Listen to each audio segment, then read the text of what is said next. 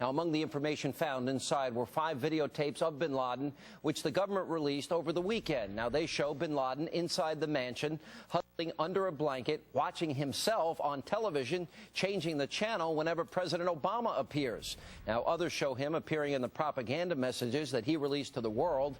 In these staged videos, he is clearly made to look younger and healthier by dyeing his gray beard jet black.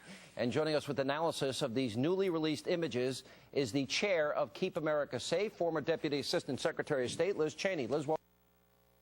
Sean, good to be back with you. First of all, am I the only one? I've heard many people comment on this, but why would we tell the world that we got this treasure trove of information? Because if you're connected to bin Laden in any way, I would assume right now you're not living where you were living. You're not communicating the same way you were communicating. That seems to me to be a really dumb thing to do.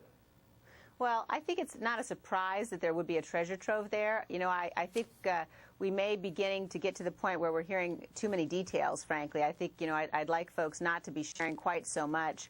But I feel pretty confident that there's an awful lot going on that you and I don't know about, that we shouldn't know about, certainly that our enemies don't know about, that the professionals inside the Central Intelligence Agency and in other agencies are doing tremendous work. I feel pretty safe saying to exploit those things that they've found inside the compound. So I think as long as we don't hear too much more publicly about specifics, you can imagine that they will be able to have more successes on top of this one. All right, in the next segment, what I mentioned with Dick Morris, we're going to play this tape of Fox News Sunday host Chris Wallace. I thought he asked a really good question of the White House National Security Advisor about, you know, enhanced interrogations are contrary to American values. Well, is that worse than putting a bullet in the brain of bin Laden? I mean, I thought the answer was weak. We'll show it in a minute, but go ahead.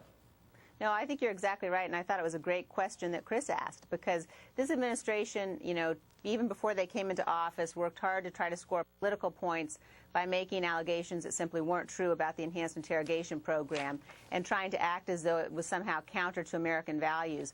Now, I don't think, you know, probably most people watching tonight have no problem at all. I certainly don't. I know you don't, with the fact that the Navy SEALs killed Osama bin Laden. But if it's okay to go after terrorists to do targeted assassinations, which I believe it is, the administration seems to believe it is, then it's very hard to understand how it's okay from their perspective to subject terrorists to the very same techniques that our own people have to go through in SEER training.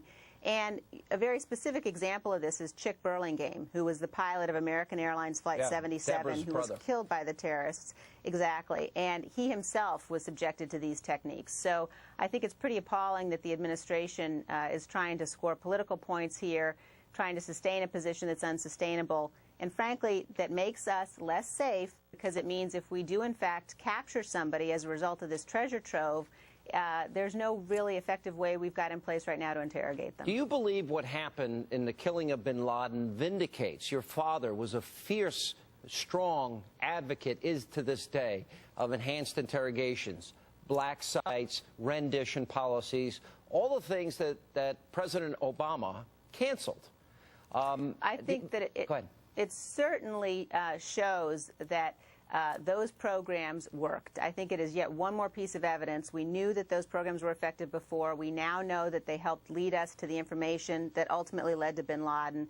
And I think once again, you know, it shows that the administration, as you were saying in the last segment, they ought to stop this investigation, stop this threat of prosecution of those Americans who, in fact, bravely carried out these programs. It's really an abomination that they're continuing to live under the threat of indictment and the threat of prosecution for something that led to the death of bin Laden. All right, the president was on 60 Minutes last night with Steve Kroft and asked why he did not release the pictures of bin Laden. Here's what he said. Did you see the pictures? Yes. What was your reaction when you saw them? It was him. Why haven't you released them? You know, we discussed this internally. It is important for us to make sure that very graphic photos of somebody who was shot in there are not floating around as an incitement to additional violence, as a propaganda tool. You know, that's not who we are. What do you think about the pictures? What did you think about the funeral following Islamic custom on the USS Carl Vinson? 40-minute funeral translated into Arabic. What did you think about all that? You know, I actually, you know, I think you could come down on either side of the issue of the pictures. I think now, particularly since al-Qaeda has come out and announced and confirmed, in fact, that bin Laden's dead, there's less of a need for that confirmation out there.